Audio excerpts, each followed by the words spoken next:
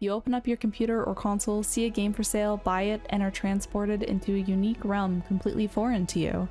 A land where you are free to explore, interact with locals, defeat enemies, and wander to your heart's content. You've purchased an open world game. The question is, why do we really enjoy these games? What makes them so popular? What makes this style of game so enticing?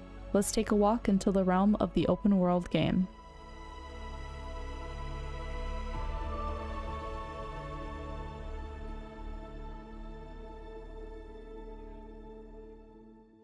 Diversity. Diversity, and not in the modern political context, I'm meaning diversity of experience. Even in heavy, story-driven open-world games, no two games are alike. Sequels are created, new maps are established, yet the story and world continue separate from others. From the medieval magical adventure in the land of Tamriel, the open wastelands of Fallout, the lush forests of Pandora, or the sand dune deserts that we explore in Horizon Forbidden West. These worlds show us a new expression of human creativity. Within single worlds, prequels, sequels, long-awaited sequels, I'm looking at you, Bethesda, there are new places created to explore, new challenges, new bosses to fight, quests to be had, and adventures to experience. The story told in Morrowind is different to the story of Skyrim, yet they exist in the same world, free for players to explore and experience as they choose. These are a few examples that represent a sliver of the diversity in the open world genre. Though some open worlds are more limiting than others, the freedom to roam and explore as you wish is an idea that has captivated and engrossed many people. Even in these more limiting games, no two experiences are completely identical. The story may stay consistent, but the way in which you explore the world as you progress is completely within your own jurisdiction. Cherish the side quests, establish connections, complete all the dungeons, or not. You choose your path and how you wish to explore these places. Another addition that applies to diversity of experience is the freedom to progress each story as you wish. True open worlds allow you to follow your own path. You enter the game, get some backstory, and off you go. The story is yours to enjoy at your own pace. No two experiences in a particular game are alike. Not only is there diversity of experience between two different games, but also diversity in personal experience in one game. No two people will play the game the same. We get to choose our exploration and timeline of the game. Physical beauty. It's undeniable that a large amount of open worlds made within the last 15 years or so have prioritized and excelled at making their games beautiful. Though not necessary, there is a certain focus on adding a more detailed and dynamic environment for users to explore. Seeing flowers, leaves, broken down machines, animals, and general fauna all work together to establish some of the most beautiful animated worlds we've ever seen. I find myself completely enamored and lost in the beauty of these games. Standing on the edges of cliffs, overlooking valleys, and rolling lands beyond my wildest imagination, all free for me to walk through and explore. Players take their time wandering through these worlds, absorbing the beauty. Though there has been an increasing expectation for games to maintain a certain level of visual quality, it doesn't mean that the time, energy, and creativity that goes into establishing these games isn't an accomplishment. Physical beauty alone doesn't make an open world good, but the addition of an expansive, well-developed environment for players to explore amplifies not only the entire experience of the game, but helps further establish the world where the stories and adventures take place. Item collection. Though it's a small addition, and not exclusive to open world games by any means, I thought it'd be relevant to mention this. Due to the vastness of open world games, we tend to get a wide variety of items to collect. Weapons, armor, and even cosmetics. Some might disagree, but I personally love an infinite backpack for open world games. If it glows, sparkles, or appears as a pop-up for me to pick up an item, I should be able to collect to my heart's content. This element doesn't necessarily assist in the immersion of the game, but it sure is fun seeing and collecting a variety of items throughout one's playthrough. Gameplay mechanics.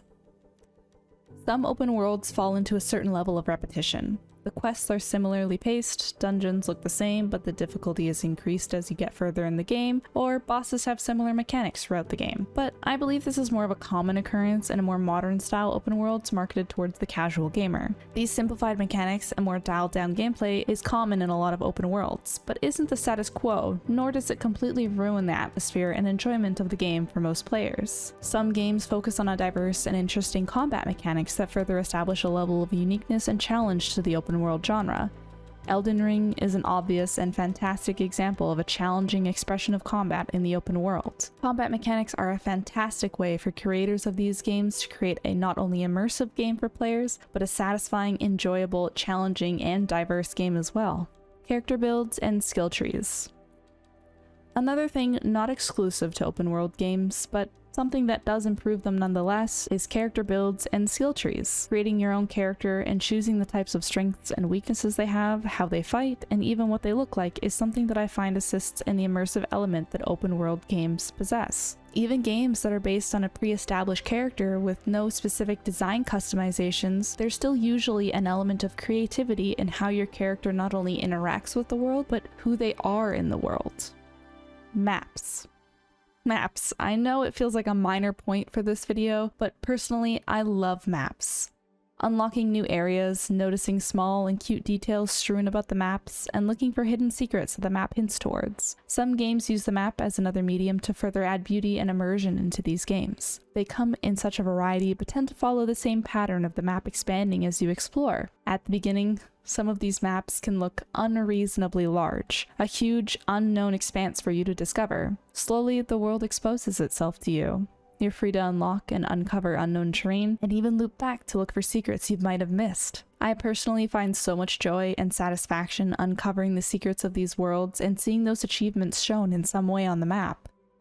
You can always see where you have or haven't been, and spend the game slowly expanding your knowledge and comprehension of the land that the game takes place in. It's a small detail of these games that I feel gets overlooked when people talk about what makes this type of game so special. Multiplayer. Most of what I have talked about primarily applies to single-player open-world games. These are the types of games that I personally have the most experience with, but a plethora of open-world games exist and have enabled players to have unique and unparalleled gameplay paths. Games like Sea of Thieves, Rust, and GTA 5 Online all allow players to not only log in with friends, but also interact with other players within the same lobby as them. The addition of a multiplayer aspect to these open worlds amplifies the freedom and diversity to everyone's experience. Freedom. I believe the primary reason that so many of us are enticed and enthralled by open world games is the complete freedom you have to explore and do as you choose. Like I mentioned before, some games do have limits on when you can explore certain places and where you're able to go, but this slight barrier of entry isn't too much of an issue for many players. Many thoroughly enjoy the freedom of choice that these games allow them to have. Everyone plays games differently. Some prefer to fully complete a specific area before moving on to the next. Some like to complete the map and use that to see where to explore. And others choose to complete the main story and work their way back through the game. Most people lie somewhere in the middle, completing quests as they choose and working their way through the world, exploring specific areas that interest them as they follow the story of the game. The freedom to choose the way in which you play the game feels to be the primary reason for the popularity and success of this genre. Replayability.